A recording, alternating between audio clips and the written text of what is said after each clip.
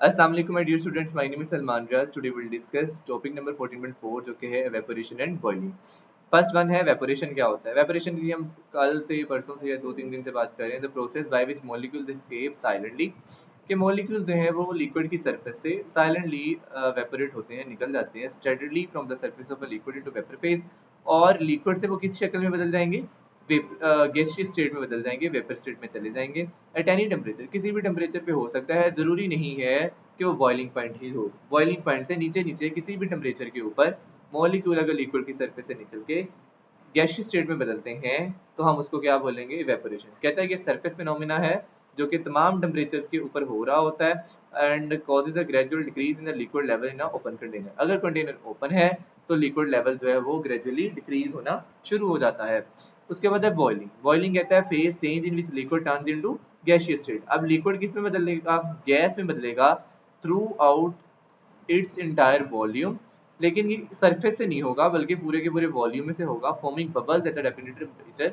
अब पानी उबलना रखते हो सॉस पैन के अंदर, तो क्या है, एक डेफिनेट टेम्परेचर के ऊपर जाके बुलबुले बनना शुरू हो जाते हैं।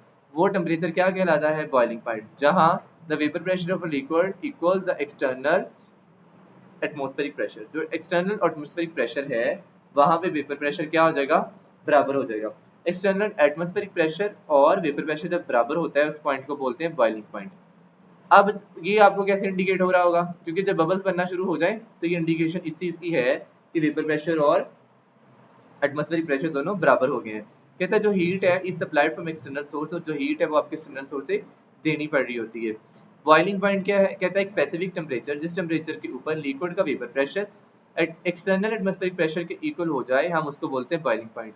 इस पॉइंट के ऊपर थ्रू आउट द लिक्विड, नहीं सिर्फ सरफेस से नहीं होंगे बबल्स बनेंगे बल्कि पूरे के पूरे लिक्विड से बबल बनने शुरू होंगे। अब पानी बॉयल करते हो तो नीचे से उसके बॉटम पे भी आपको बबल बनने नजर आ रहे होंगे, लेकिन इस दौरान कहता है टेम्परेचर कांस्टेंट रहता है।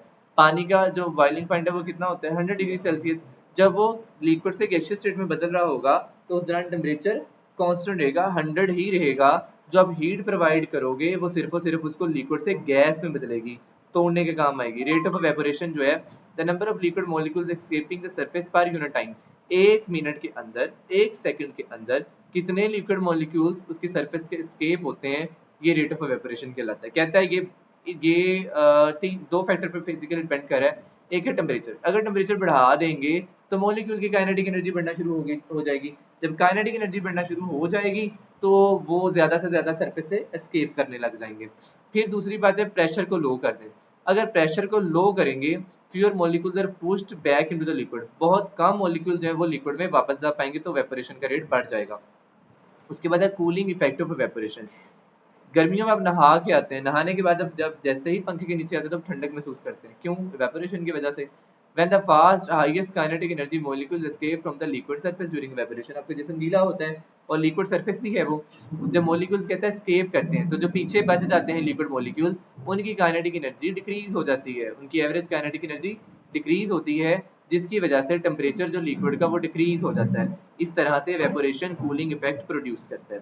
और maximum kinetic energy during boiling, जब आप बॉयल करते हो किसी लिक्विड को तो उस दौरान उसकी काइनेटिक एनर्जी इंक्रीज होती है और वो अपनी मैक्सिमम वैल्यू अटेन कर लेती है लिक्विड स्टेट के अंदर रहते हुए।